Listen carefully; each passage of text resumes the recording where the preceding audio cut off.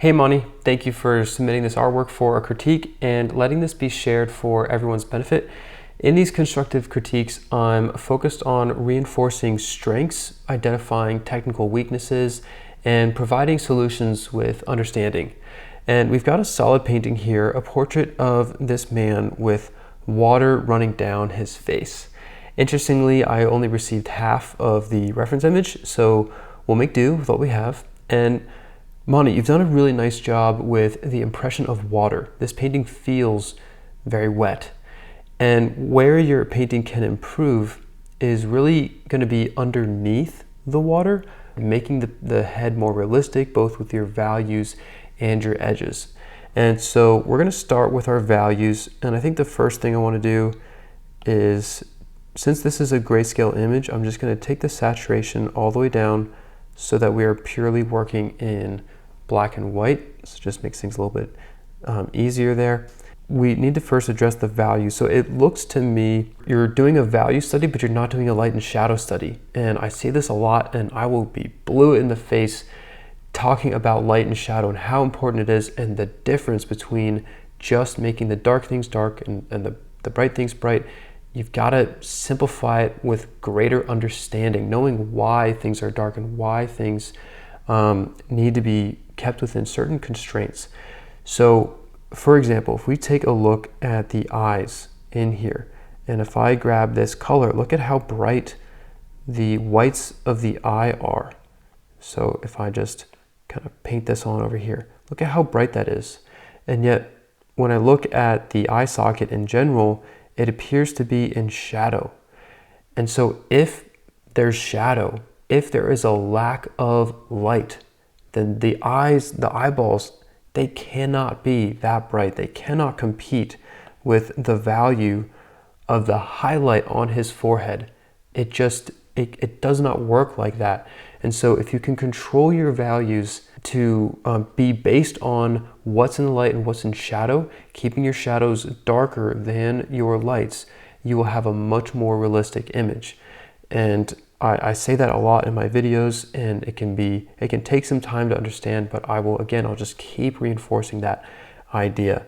And I might even make some changes right now, and it might not look like it's much of a difference, but it is the process to making a more realistic image.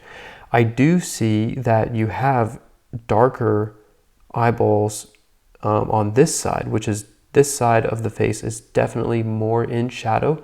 So I see that you are being conscious, you are being aware of these things, but it does still need more structure, that because this is in shadow, this is not in the light, unless I'm mistaken about the reference image, which of course I don't have. But if this is not in the light, then these values cannot be that bright. And so I would take something more like this value, probably the darkest one I can find in there, and I would darken this even to this degree. And it's still going to look and feel like it's the white of the eye, even though it's in shadow. Now that might mean that some other areas need to be darker as well,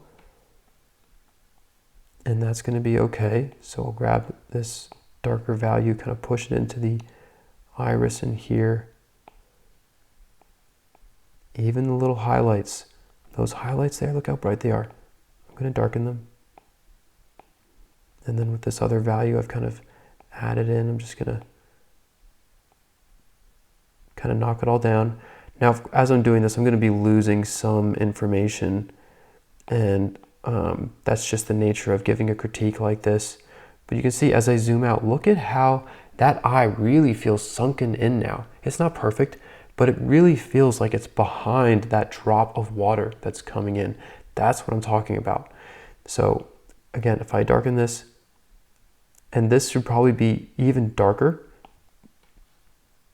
And let me see. I think these might be eyelashes, but they're still too bright. I'll address those momentarily.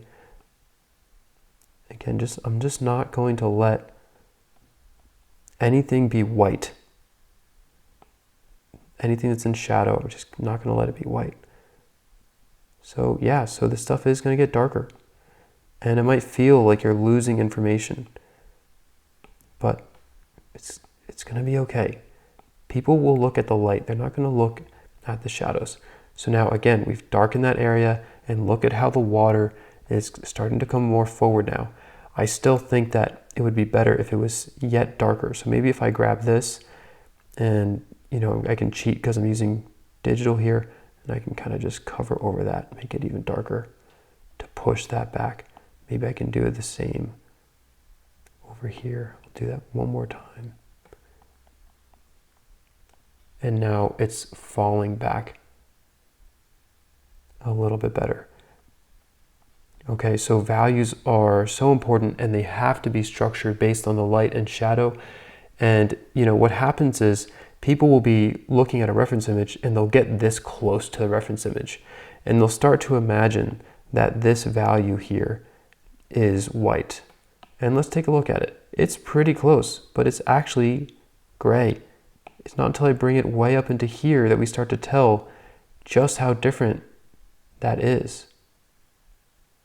It's not white. It feels like it's white. And so you're tempted to take a value like that, and rather than grab a light gray, you instead go for a really bright white, and then you want to take it over into your painting and put it in.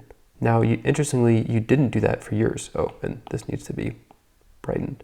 This area, interestingly, is a lot darker, but in the same way, it can just be very easy to look in and zoom in on one particular area and lose sight of the whole impression, the whole big picture. And when you break down your image into just the light and shadow first, then it can really help. If you can set parameters on knowing what is the brightest shadow that I'm going to have. Maybe the brightest shadow is what we just had over here. Maybe it's this. Maybe that is the brightest shadow. That's what white looks like inside the shadow of this composition. And maybe then the brightest light would be, I mean, in this case, it's pretty much pure white. So let me get a new layer here. And I'll use this similar color to create a palette. So having a palette is really handy because it can give you some organization and structure. And so I'll go back to this. So that is our brightest shadow. And then let's say that this is our darkest shadow. And we can have our brightest light would probably be one of the highlights on the water in this case, which is pretty much pure white. And then what would our darkest light be? And that's a little bit hard to tell because I don't have much of the reference image to go off of. Looking over here, it looks to me like this is in the light. It's hard to tell. That could be in the light. It might be in shadow. I think if I grab maybe over here, I'll be in kind of a safe area. I'm not sure over here if that's a shadow or if it's in the light. There's just not enough context for me to know. Maybe if I go into here, like I feel like this is in the light, maybe there. This feels like it's getting into shadow. I think if I compare that to this, we're around the same area. So we'll do this right there. Oh, that's interesting. Look at how similar these two are. So that's really interesting. We can see right now that this is darker than this one, and maybe it would be better to even kind of flip-flop those just to really make it clear that anything that's in the light is going to be brighter, anything that's in shadow is darker. In this case, it looks like there's a little bit of overlap, so maybe we can juggle that a little bit. I don't normally do that in my paintings. I have it really clear. Anything that's in the light is going to get brighter. Anything that's in the shadow is going to get darker. But in this case, let's just see what happens if it's just overlapping a little bit. And so we've got some parameters there. So we have this value, which is about the same as this one. It looks like the value is brighter here. Once again, because it's in the light, not surprising that it's actually brighter than it appears. So this appears to be a little bit too dark, like it's reading as a shadow, even though it really should be a light. So I'm going to grab this color here. Let me make sure I'm on a new layer, and I'm just going to start blocking this in.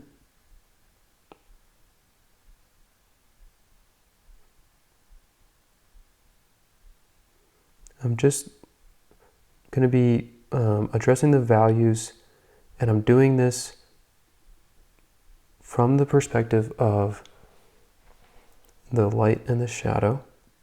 Now this is looking much better.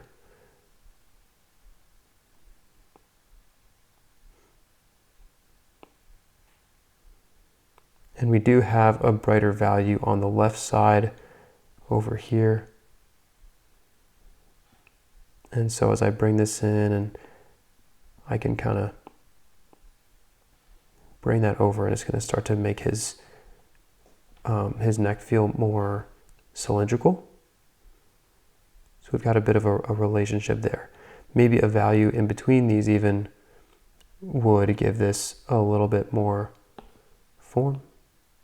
Something in between like this we can work with. So kind of just blocking in those things.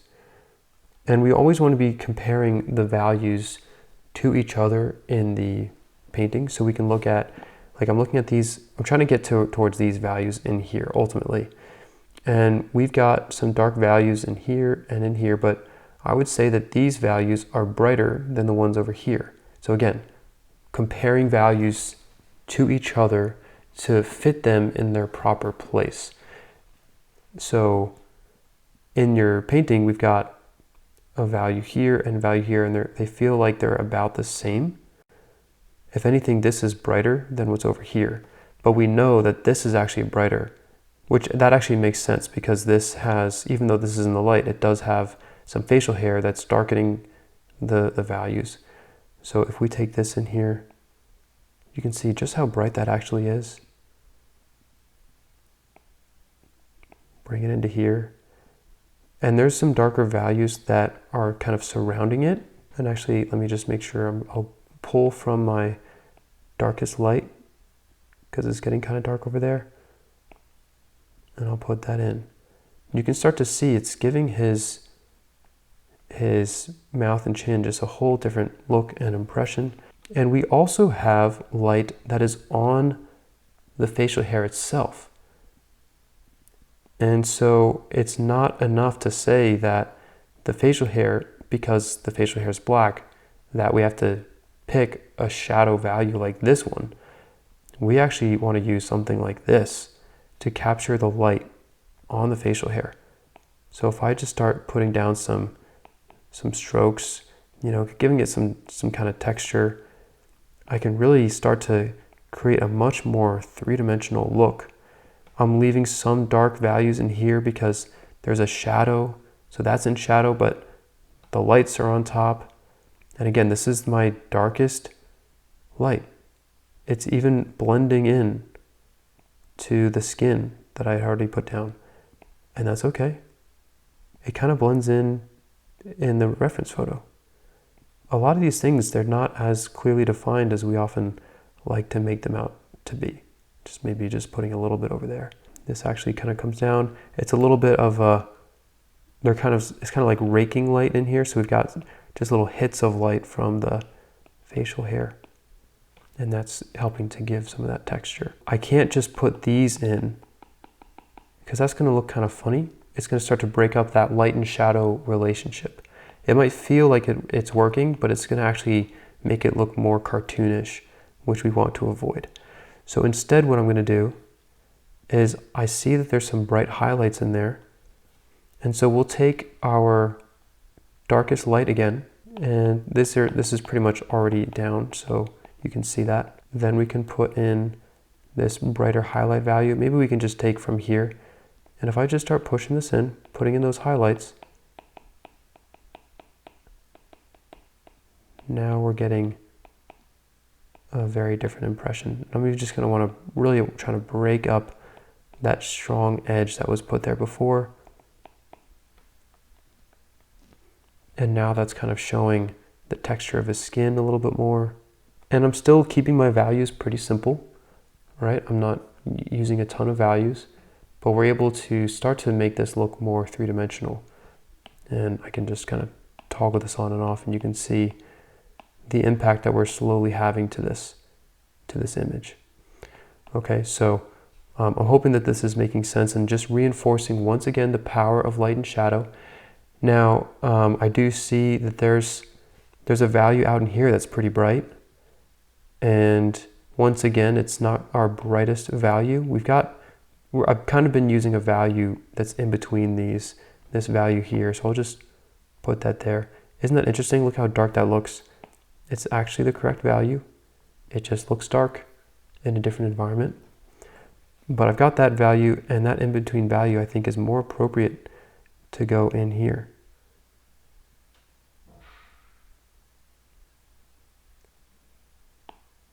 We know it's in the light, and we know that it's not the darkest light that we have available. And so something more in between is going to make more sense. This is looking really dark in there, so we're going to have to address that in just a moment. But I think I'll address it with a slightly darker value. I'll let this come in here. I'm just going to let all of this just come in through here. We can fix the water later. Something more like that. Now we're starting to get into some shadow territory. So we've got some dark lights to be mindful of. So I can push this into here. We've got a little bit of light creeping in on his, I'm not sure what that is, but part of his neck there, and it kind of rises up. It's going to kind of go up this way, but you can see that value is getting too bright in that space. Got a little bit of a bump in there. Just watching my shapes, comfortable that I'm using the correct value.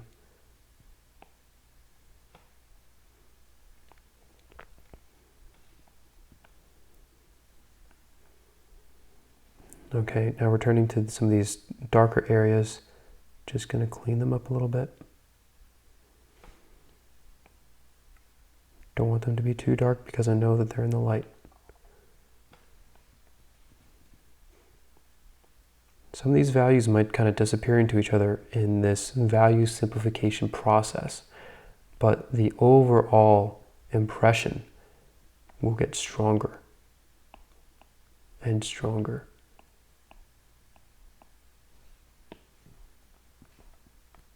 So I think in the interest of simplifying things, I think that this really, we kind of have this in-between value between those two. And there's really just like a dark edge maybe kind of in there.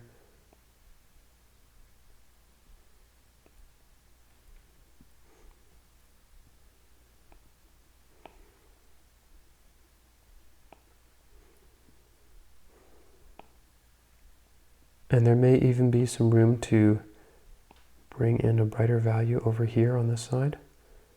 Notice how I grabbed from the shadow. I'm treating this area like it's a shadow, just using the context of the rest of the image.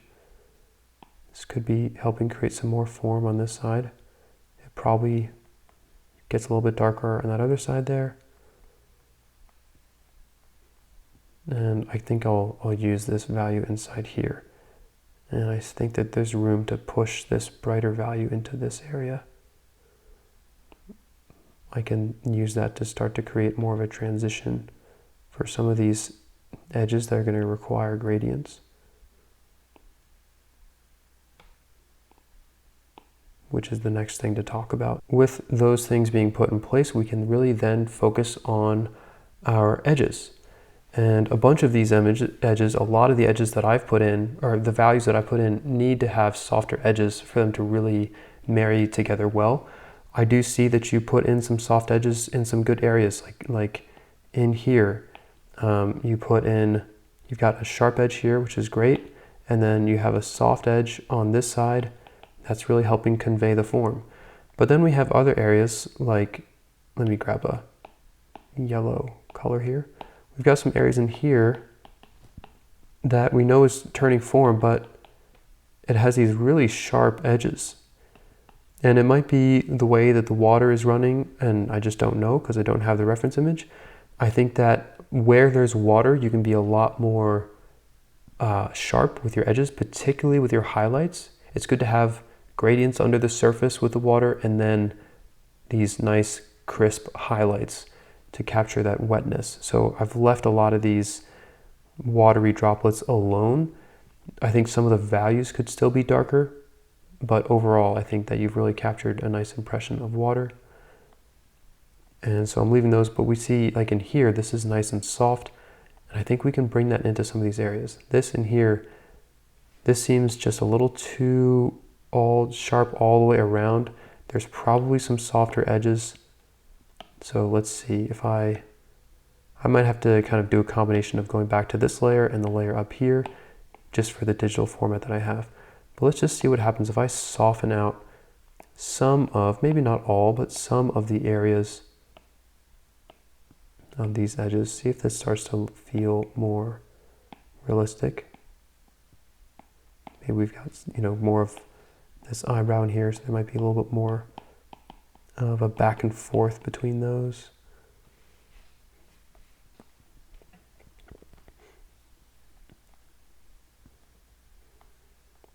And maybe there's room for an even brighter value in certain areas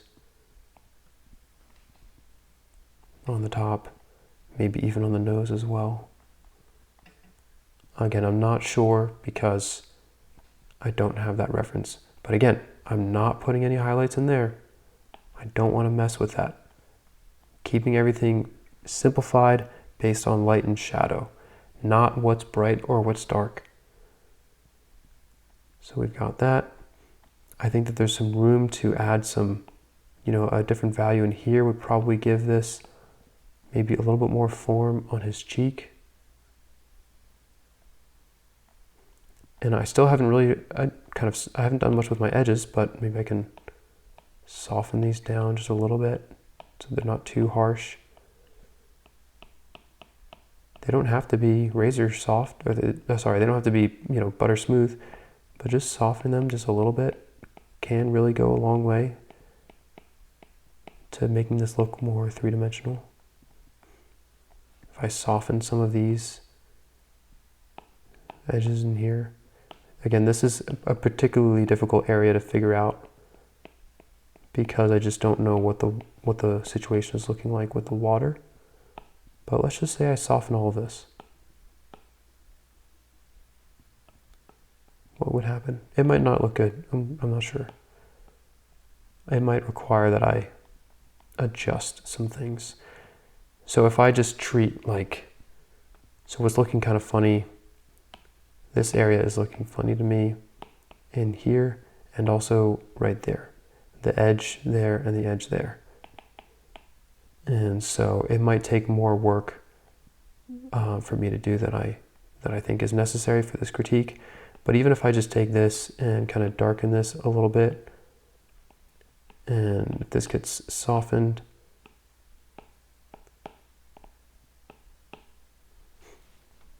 maybe I can leave a sharper edge at the very edge there. But this is awfully dark. I feel like maybe that shouldn't be quite so sharp on this side, so maybe I can soften it on the other side. Shadows in general just are not going to have the same sharp edges that the lights will.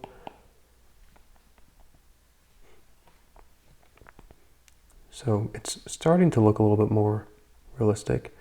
Over here I might have to, I'm really not sure if I really blow this out. I can leave a sharp edge for the nostril, but maybe that area needs to be softer. Can kind of be careful about wanting to make sure that I'm creating a strong sense of form with the changing planes. We've got a plane on the side of the nose and then a plane on the front of the nose. So that can just take some softer edges and a bunch of work. Maybe what we wanted was, you know, one of these, maybe just a slightly brighter value, and maybe it comes down like right in there. Maybe that's too strong. And maybe I just have to kind of soften it up a little bit. And again, I'm not sure, I could be changing too much in this image. I'm not quite sure. This value in here just feels a little bit too dark to me. In general, it could be that this needs a value kind of in between there. It can really depend on the likeness and everything. So kind of just trying to get a general shape that's going to just make enough sense. So we'll kind of stop there. Okay, coming down to here with all of the texture that we built in with the facial hair. So I think with that one I might need to duplicate that just so I have it, and then I can start to soften some of these edges. If you're painting, you might, depending on how you're painting, you might need to soften as you put them in. But here I'm softening some of the edges, leaving other areas kind of sharp, so it's giving a nice effect. And I'll do the same in here. I could probably get more detailed, putting in just some slightly brighter highlights in some of these areas, but I don't really need it, you know. We're trying to simplify the values for this piece. You can see, you can almost probably hear my brush kind of smacking my iPad a little bit as I'm working. Trying to break these down, soften up these edges, and you can see it's starting to feel a lot more realistic, a lot more like a beard.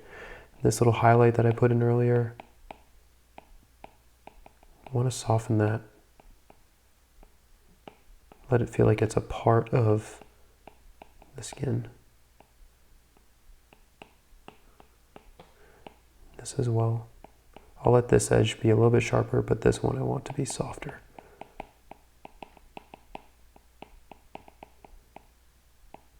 Really let it be just a little bit darker. And once again, it's starting to look more three-dimensional, more realistic. But it all started with breaking down the image into light and shadow first. I think I'll also take this, my darkest light, and I think I need to push it in a little bit into that little patch of facial hair, and then I can kind of work with that a little bit more, soften it up. In here, this value feels a little bit too bright, so, and I do feel like it's rolling into shadow over there. So maybe if I have a value between these, which would probably be this one right here, and I can put that down.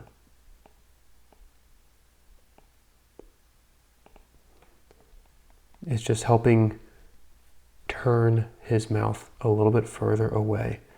But I can still use it to, you know, shape out some of these things in here. Could still do some texture. I'm working in the shadows now, so I'm using a different value range than the lights. But it's coming to life. Haven't even softened these edges. So value placement is going to be more important than your edges.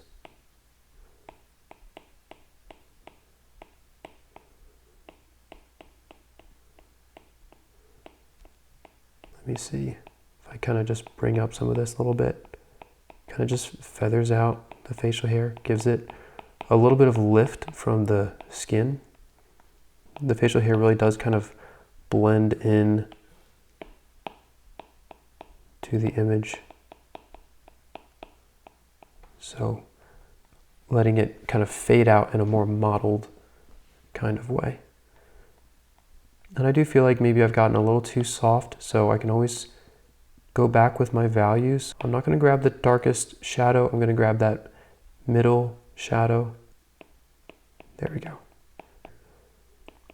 So you can see just sharpening this up a little bit, it's kind of bringing that facial hair back, bringing it back into play, giving it a little bit less softness, a little bit more roughness.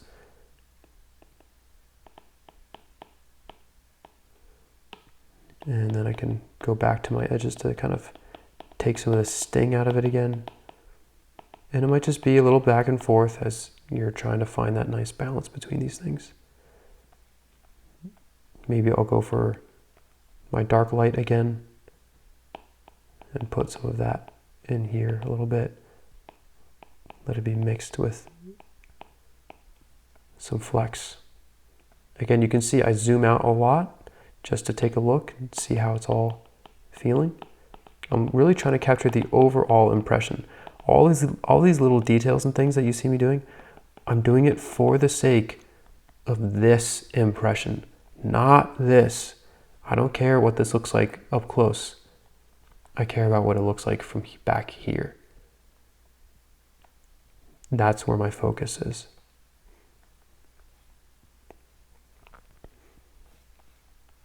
Can go back to my darkest light again, just even comparing impressions, trying to get the shapes right.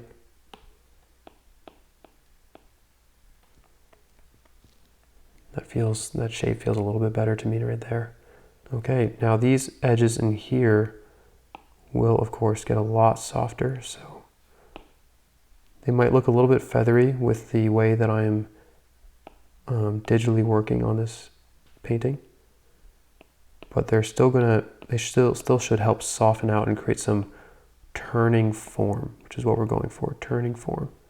I can bring this slightly brighter value up into here to help reinforce the separation. There's a slightly brighter value underneath his facial hair, so I'm just kind of pushing that in, softening the edges.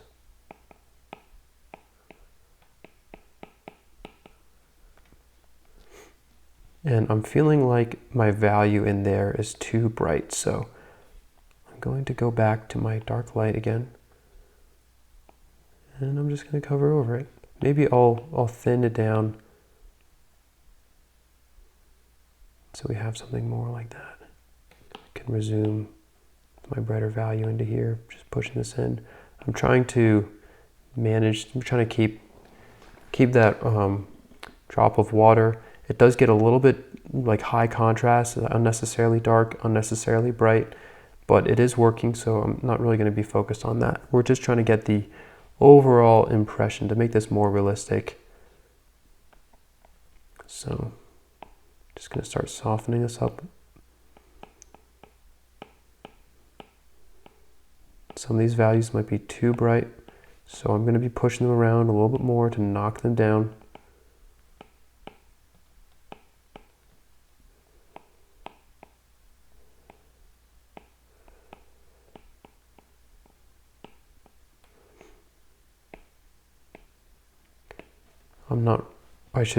I really should be looking at my reference a lot more as I'm doing this. I'm kind of going through this pretty haphazardly, just softening some of the edges in here.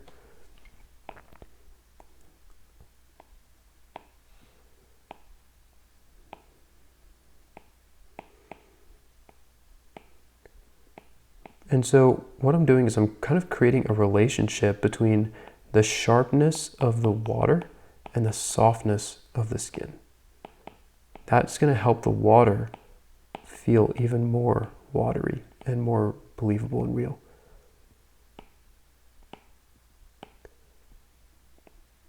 Just going to soften out this edge a little bit. Can always put in sharper edges later.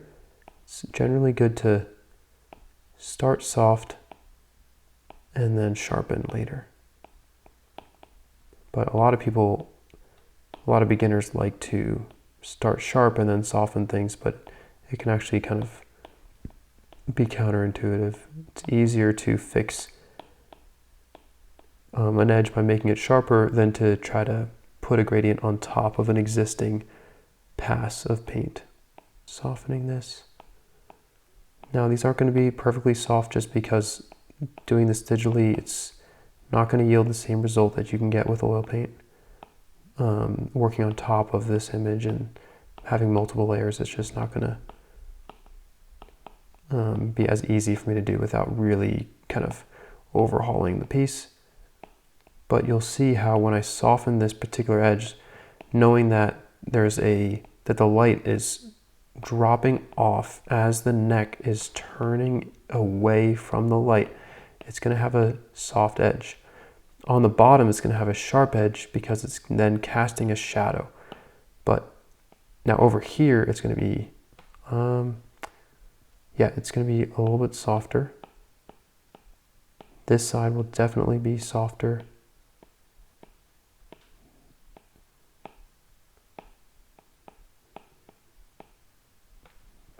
Though the top side of this, like over, if you can see that in this area, that can feel a little bit sharper. But this other side, we want it to feel softer. Again, it's just a form shadow that's turning away from the light. It's not a cast shadow. Cast shadows will get sharp edges, and form shadows will get softer edges.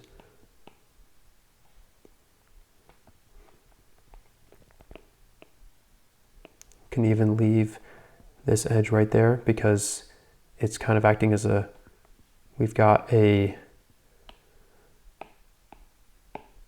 kind of, form in here and then cast in here. So we can leave that side sharp, and that's helping give some dimension. Just going to soften this up over here because this is all in shadow and it's just a slow change in plane.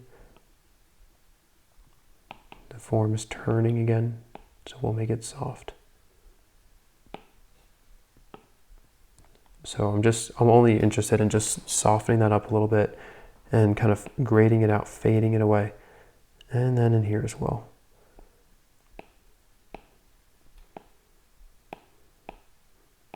Gonna try to soften this up quite a bit, but it might be a little bit difficult to do without making it look overly textured or something, but hopefully we can get the idea.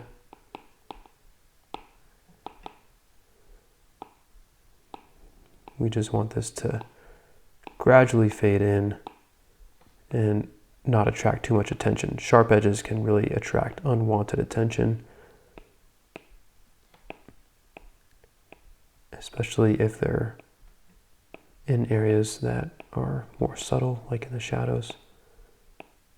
It's not to say that you can't have sharp edges within the shadows, but if you have all of your edges slightly soft in the shadows, you'll be okay. Though you do want to have that sharp edge where the light and shadow meet for cast shadows.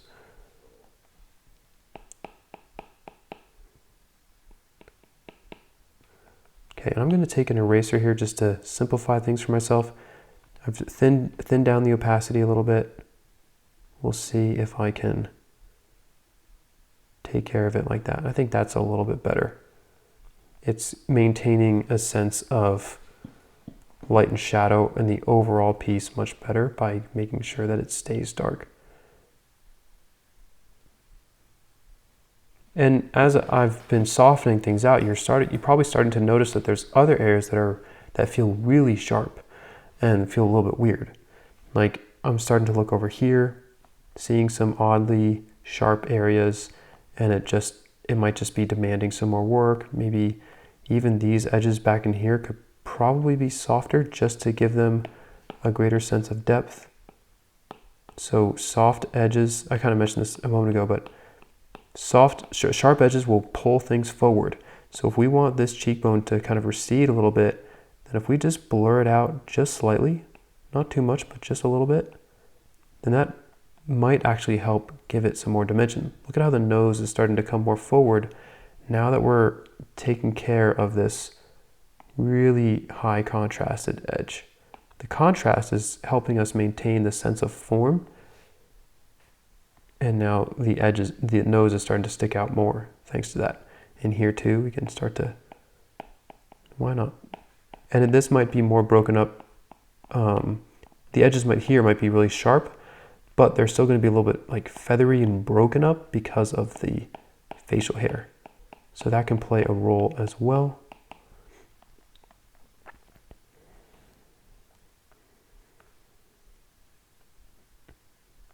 And we're really starting to get a much more three-dimensional image here. I think I can even soften this more.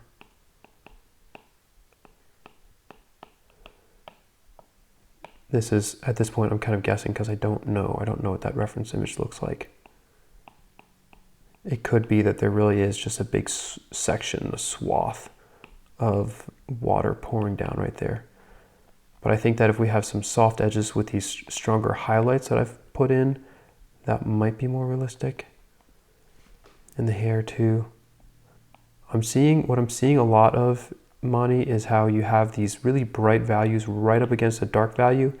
And I would encourage you to not do that, let the values bump up against each other more naturally, rather than having like this little bit of an outline kind of look. We want to avoid that. Like right in here, we've got this really bright value right up against this really dark value. And if we simply take this value, which is just over here, and put it down, it's actually going to help the edges marry together a little bit better rather than jumping out unnecessarily so. Unless it's an area that you really want it to jump out, that could be different, but you can see I'm kind of desiring to soften some of these. I don't want people to be looking up here too much or as much, so I can soften some of this. And our focus is going to start going towards the face or towards the eyes, not just the outline of the head.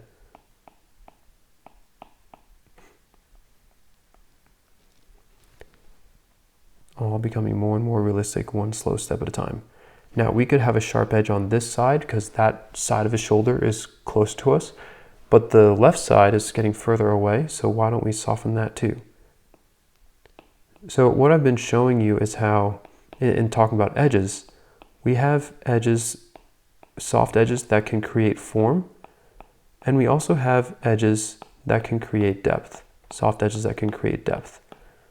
And that's what I'm doing now, is I'm softening some of these edges, blurring them out just for the sole interest of creating more depth. If this is more blurred, it's going to feel like it's farther away, and the sharper edges are going to come more forward.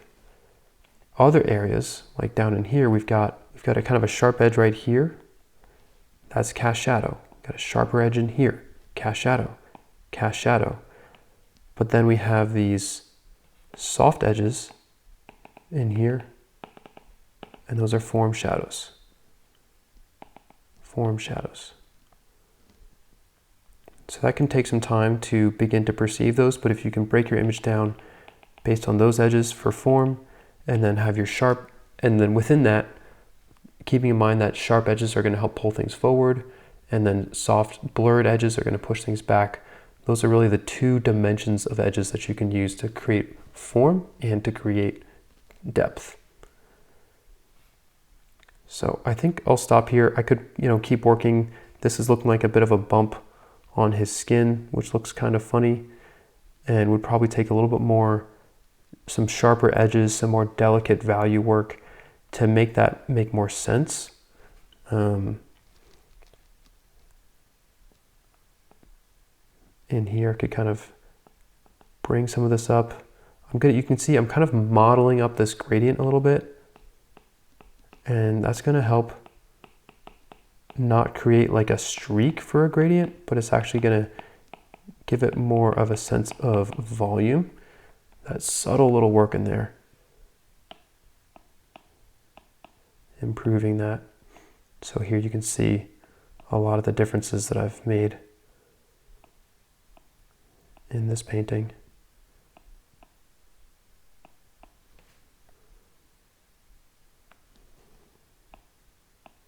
Yep, so I'll stop there. To recap, you had a really solid value study, and which is really good. It does have a sense of 3 dimensions. It has a good sense of, you're simplifying your values really well, and I think you're comparing your values pretty well. But as you get close, I think you're losing a sense of structure that keeps you on track. You're getting a little bit caught up in details and trying to maybe accentuate some things that really don't actually benefit the painting. And if you can maintain some structure, if you can keep some restraint, some parameters, if you have limits on your values, knowing that this area is for your shadows, this area is for your light. Even if they overlap a little bit, you'll still be able to create a really strong impression for your work, but having those restraints, knowing like, okay, I'm working in the shadows, so I'm not going to choose a value that's in the light. That is absolutely critical for creating more believable work. If you want to level up your work and kind of ascend to a new level, then you've got to start bringing some structure in based on the light, not just putting in what you think is dark or bright. Big distinction between those.